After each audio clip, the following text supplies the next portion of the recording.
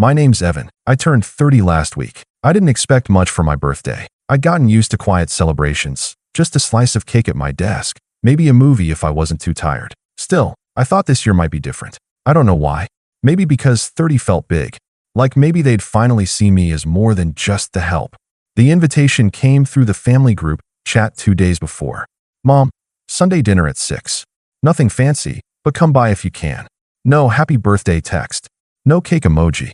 Just if you can. Like I might have something better to do. And maybe I did. But I went anyway. I always did. I showed up right on time. They lived in the same house I'd been paying the mortgage on since I was 22, after Dad lost his job and Mom's hours got cut. I'd picked up side gigs, freelanced through college, ate noodles so they didn't have to. I told myself it was temporary, just until they got back on their feet. That was 8 years ago. The house still looked the same. Paint peeling near the porch, garden neglected. My little brother Jason's car, a brand new Jeep, sat in the driveway. Mom always said he needed wheels to stay motivated. I was still driving the same used Honda I bought junior year. The door opened before I could knock. Jason grinned and clapped me on the back like he'd just let me into his party. Yo, about time. We already started eating. I walked into the dining room, and, sure enough, everyone was halfway through their meal. My plate sat at the far end of the table. Cold. Nice of you to show, Dad muttered without looking up. He reached for the potatoes and passed them straight to Jason. I sat down without a word. No one said happy birthday. Not Mom. Not Dad. Not Jason or my Aunt Carol, who somehow always gets invited even though she once said I looked malnourished and underachieving. I waited, thinking maybe they were saving something for dessert. A candle, a card, something, anything. Instead, when the plates were cleared, Mom reached into her purse and handed me a small white envelope. Don't expect much, she said without a smile. You still haven't earned it. I froze. I hadn't even opened the envelope yet, but the tone, it was already stinging. Jason laughed from across the table. It's probably a coupon for some therapy. God knows you need it. I opened the card. It was one of those generic drugstore ones, blue and white, a cartoon of a dog with a hat. Inside, someone had scribbled in black pen, "Happy birthday to the family leech. Maybe this year you'll grow up." There was no signature. No love, Mom and Dad. Just that. My hands were still. My chest felt hollow, like someone had vacuumed out all the air. I looked up. Mom sipped her wine. Dad was picking something out of his teeth. Jason was grinning at his phone like he hadn't just helped gut his older brother. Then Dad said, without looking at me, "Honestly, we should have cut you off years ago. You act like we owe you something." I didn't say anything. I didn't yell. I didn't cry. I just nodded slowly. Because in that moment, something in me snapped, not in anger, not in pain, but in clarity. They didn't even know. They didn't know I'd been covering their car insurance for the past 3 years. That I'd been paying Mom's medical co-pays directly through the pharmacy. That I'd paid the last tax penalty so they wouldn't lose the house they now use to insult me in. They didn't know about the spreadsheet I updated every week to keep track of every cent. They didn't know because I never asked for credit. But maybe that was the problem. Dinner ended with the usual sighs and Jason asking if I could Venmo him for the difference on some tickets he claimed he fronted for a trip I never even went on. I nodded again, said I'd take care of it, because I wasn't about to ruin my own plan by blowing up too early. I got in my car and sat there for 20 minutes, just watching the porch light flicker. My fingers hovered over the ignition, but my mind was somewhere else. 8 years back, maybe, remembering the first night I transferred money for their mortgage and told myself it was love, not obligation. That night, I opened my laptop. I didn't sleep. I just started clicking. Passwords, logins, old files, bank portals, freeze here, revoke access there. I didn't rage. I didn't type in all caps. I moved like a surgeon. I didn't just pull the plug. I rewired the entire circuit. Mom's pharmacy account, disabled. Auto payments, canceled. Joint utility logins, revoked. Every family Amazon account, Spotify, Netflix profile, and Uber Eats card they ever linked to me, gone. And I left them one last gift. One final message in the family group chat. But before I hit send, I stared at the screen for a long time, rereading what I'd typed in the family group chat draft. There was no yelling in it, no swearing, no long-winded speech about how they'd failed me or broken my heart, because I realized they didn't care enough for any of that to hit them. Not really. If I wanted them to feel what I felt, shock, silence, and a slow sinking horror, I needed to speak in their language. Money. So I kept it short. Effective immediately, all payments I've made on your behalf are canceled. You called me a leech. I figured I'd stop feeding. Good luck out there. Then I hit send. No emoji. No signature. Just that. I muted the chat and closed my laptop. Monday morning, I didn't get up at 6:30 like I usually did. I took the day off. I slept in, made real coffee, went for a walk. I sat in the sun and tried to remember the last time I'd done something. Anything, without checking whether mom's copay had posted or whether dad's cell bill had bounced again. I had space in my chest I didn't know I'd been missing. It felt like breathing air that didn't belong to someone else. By noon, I had 3 missed calls from Jason. By 2 p.m., the group chat went from silent to panicked. Mom, Evan, the internet's out. Can you check if you paid the bill? We can't log in. Jason, dude, why's the power off? Dad's yelling, and I'm literally missing work calls. Aunt Carol, somehow chiming in from Florida. This feels very petty, Evan. We've always supported you emotionally even if we had our disagreements. I didn't respond. I just read them, one by one. Watch the tone shift from smug confusion to mild irritation, then panic. Then, at 3:41 p.m., I got a call from Dad. I let it ring. He called again, this time from Mom's phone. Then again, unknown number. I finally picked up the 4th call, just to see what tone he'd use. Evan, he said, calm at first. We need to talk. I didn't say anything. Your mother's been crying, he added, like that was supposed to guilt me into something. Still, I said nothing. I just think it's childish to pull the rug out from under your family. I mean, fine, you don't want to be part of things, that's your choice, but we had systems in place. You can't just cancel things without warning. You're right, I said finally. I should have warned you. He paused. So you'll fix it? No, I said. I should have warned you 8 years ago, when I started paying for everything. When I let you insult me with your mouse while living off my back. But I didn't. And that's on me. There was a long silence. Then Dad muttered, you've always been so dramatic. I smiled. And you've always been entitled. Then I hung up. No screaming. No theatrics. Just a quiet click. That night, I got an email alert from the mortgage servicer. Your account login has been updated by another user. They'd tried to get in. I'd already locked it. And I wasn't done yet. The next day, I filed the paperwork to remove my name from every joint account I'd ever been added to. I called every company and sent every document. I even made a spreadsheet with all the account numbers I'd been linked to over the years, just to make sure I hadn't missed a single one. Then I started looking at property records. Because you see, the house wasn't in their name. It was in mine. It always had been. 8 years ago, when they were too deep in debt to qualify for a mortgage, I'd bought the house under my name, told them it was a family workaround, so we could keep the roof over their heads. I let them believe it was theirs. I let them make the rules. I let them disrespect me in a house I legally owned. But I wasn't going to make that mistake anymore. 2 days later, I booked an appointment with a real estate attorney. Quiet, professional, no drama. I explained the situation, showed the deeds, the payment history, the texts. He looked at me and said, you've got every right to do this. I nodded. He leaned back in his chair and added, do you want to evict them or sell the house outright? That was the turning point. That's when it stopped being about punishment and started being about freedom. I didn't answer right away. Instead, I opened my phone, scrolled through years of family messages, photos, passive-aggressive jokes, guilt trips, and reminders to help out because we're struggling.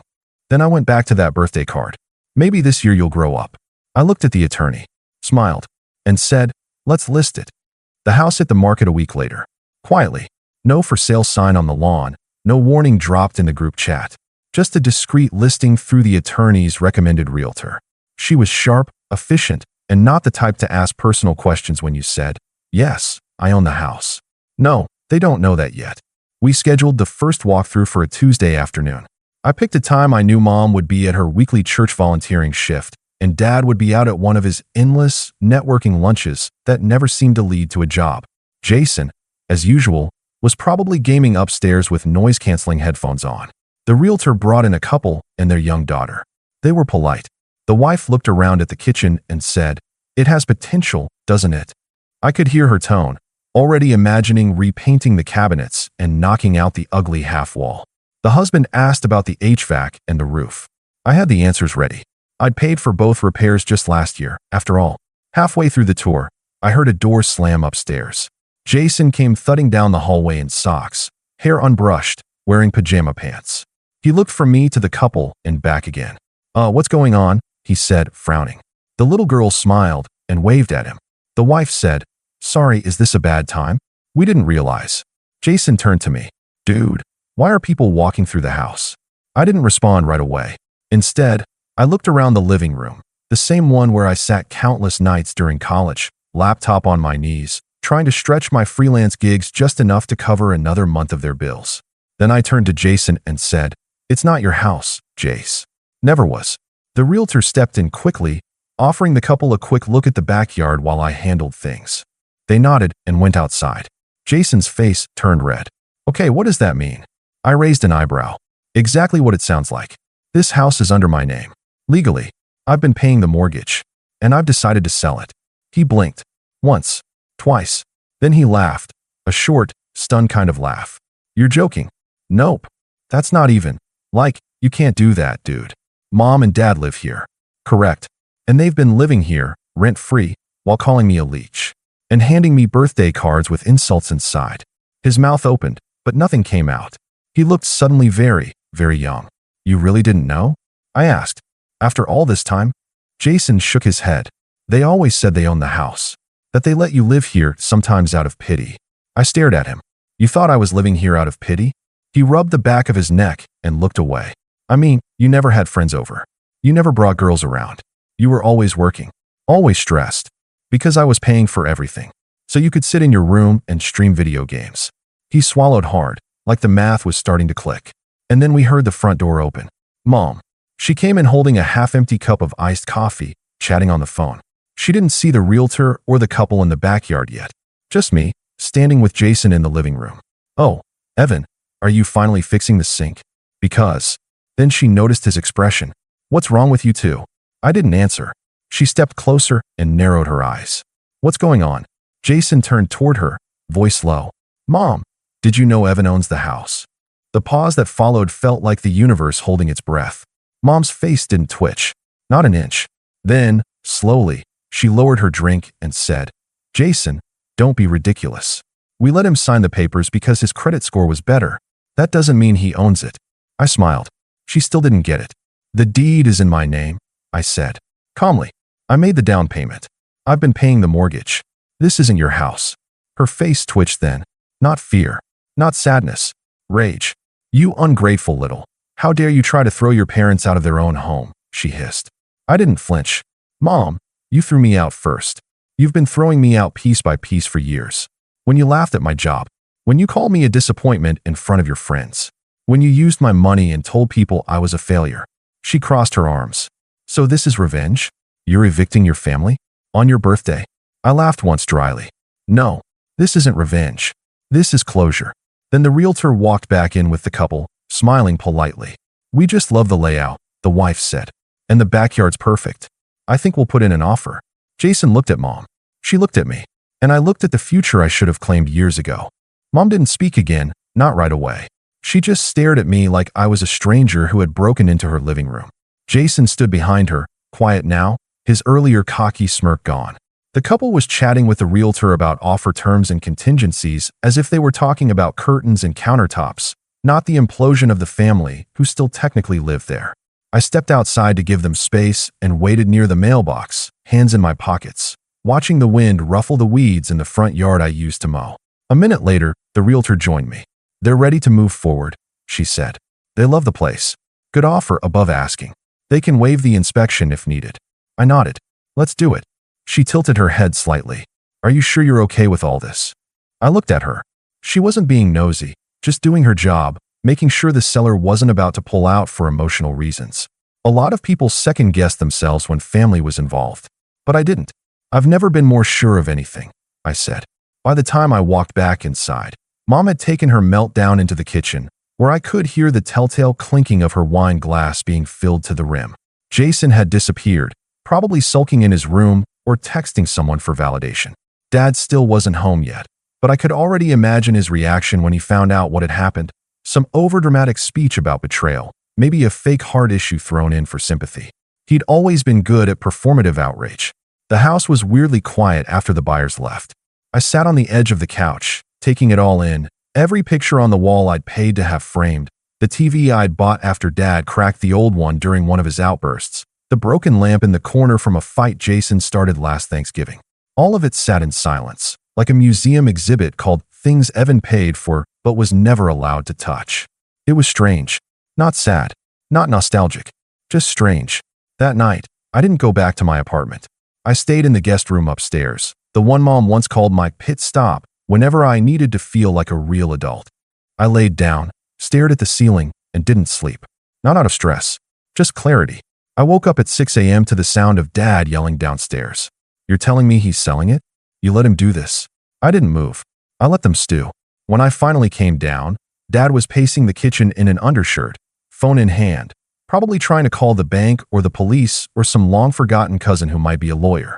Mom sat at the table, pale and quiet now, like the fight had drained out of her. She looked older than she had the night before. "You want to explain what this is?" Dad barked, waving a copy of the listing the realtor had emailed him after the showing. "I think the listing speaks for itself," I said calmly. He stepped closer. "You can't just..." "Stop." I raised a hand. "Before you say anything you can't walk back, you should know that everything I've done is documented. I've got every payment, every bank transfer, every utility bill, the deed, the title, the insurance, the taxes." He opened his mouth. I cut him off. "And I've already spoken with a lawyer." That shut him up. "Where are we supposed to go?" Mom finally asked, her voice small. It was the first real question anyone had asked me in years. One that didn't sound like a demand or a guilt trip. I didn't answer right away. I just looked at her. "You had 8 years," I said softly. 8 years to figure that out. 8 years of my income, my credit, my time. You could have saved. Gotten jobs that lasted. Treated me like a human being. She looked away. Dad slammed his mug down. "You're no better than the rest of them," he snapped. "Turning your back on your family." "No," I said, standing tall. I'm finally turning toward myself. Jason crept down the stairs behind him, looking unsure. "Wait, are you actually serious? Like, for real?" "Yes. But I live here. Not for long." He blinked, like a kid being told Santa wasn't real. "I have nowhere else to go, man." I shrugged.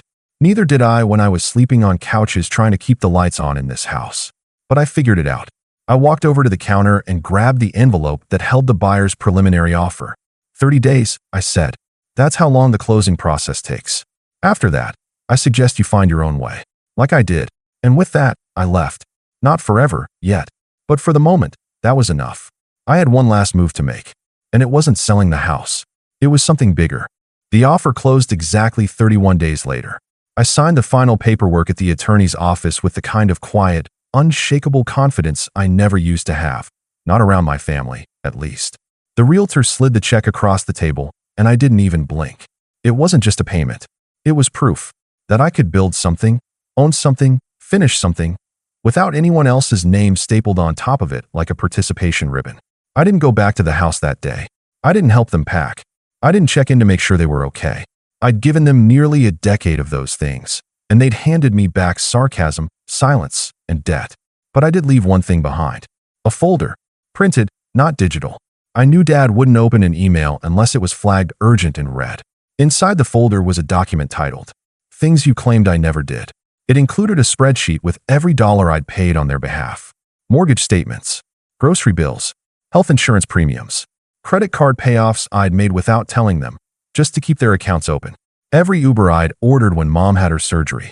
Every textbook I'd bought for Jason that he never opened. Every time I'd covered an overdraft fee so their lights wouldn't get shut off. There was even a screenshot of the birthday card they gave me, labeled My Thank You. I left it on the kitchen counter. That was the last time I ever saw that house. Or them. Within a week of the sale, the calls started again. First from Mom, crying. Then from Jason, bargaining. Then from Dad, angry voicemails about family betrayal and shame. I didn't pick up. I didn't reply. Instead, I moved. I left the city. Quietly. Changed my number. Got a new bank. A new apartment. Modern, quiet, full of light. Paid in full. No roommates. No roommates I had to raise, anyway. For the first time in my adult life, I had no debt. No secret bills to cover. No emergencies that always required my wallet, but never my well-being. I didn't even realize how light my chest felt until the second week passed without a single call asking for something. I started going to therapy. Real therapy. Not the kind where you journal in a notebook your mom later reads, by accident. I started eating better. Sleeping better. I signed up for a pottery class on a whim. Something I'd always wanted to do, but never had time for between double shifts and family meltdowns. And then, one day, 6 months after the sale, I got a letter. No return address. Just a wrinkled envelope, forwarded through my old billing address. It was from Jason. The letter started like this. I still think you went too far. But I also get it now.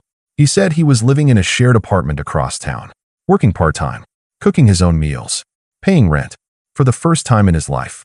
He said it sucked.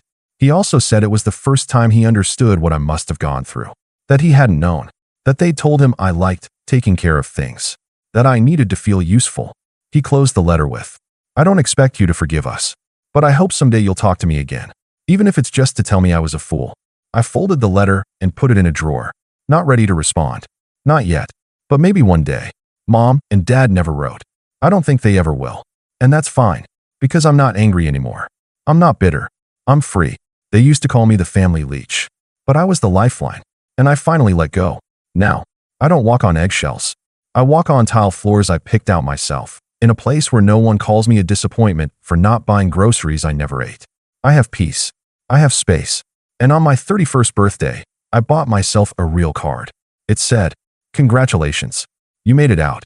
I signed it with my own name. That was enough.